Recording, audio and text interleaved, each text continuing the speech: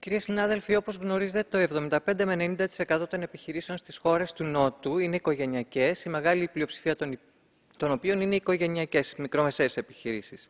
Σαν τέτοιες, λοιπόν, αποτέλεσαν τα πρώτα και τα σημαντικότερα θύματα της οικονομικής κρίσης.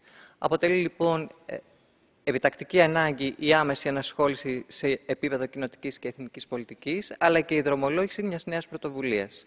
Στο πλαίσιο αυτό, η έκθεση προβαίνει σε μια εμπεριστατωμένη και ισορροπημένη προσέγγιση, με στόχο την αντιμετώπιση όλων των παραγόντων που οδηγούν στον αποκλεισμό τους από μέτρα στήριξης ή στην απαλλαγή τους από διαπαραγωγικές υποχρεώσεις, γιατί καταρχήν οι ιδιαιτερότητες τους δεν έχουν αναλυθεί και προσεχθεί ιδιαίτερα και γιατί οι κοινοτικές και εθνικές πολιτικές για τις μικρομεσαίες επιχειρήσεις αποδείχθηκαν έτσι κι αλλιώς ανεπαρκείς και αναποτελεσματικές στην αντιμετώπιση της κρίσης και του φαινομένου της αποεπένδυσης.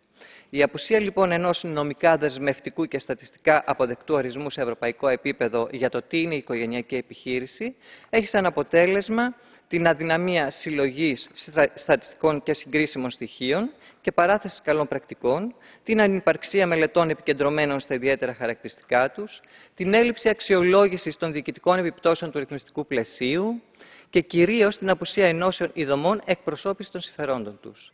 Με την ιδιότητα λοιπόν της σκιώδους εισηγήτριας, κατέθεσα σειρά τροπολογιών για την βελτίωση των προβληματικών, κατά την άποψή μου παραγράφων, όσων δηλαδή περιλαμβάνουν σημεία, στοιχεία και προτάσεις με νεοφιλελεύθερο πρόσημο, που μόνο επιπλέον ζημιά θα επιφέρουν στις οικογενειακές επιχειρήσεις. Πολλές από αυτές έγιναν αποδεκτές και ενσωματώθηκαν στο κείμενο της έκθεσης.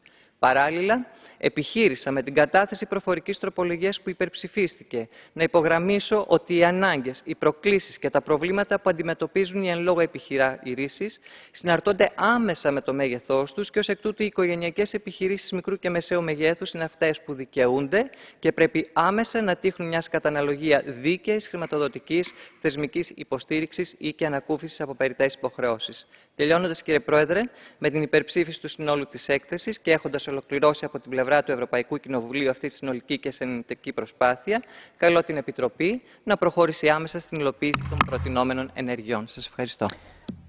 Grazie.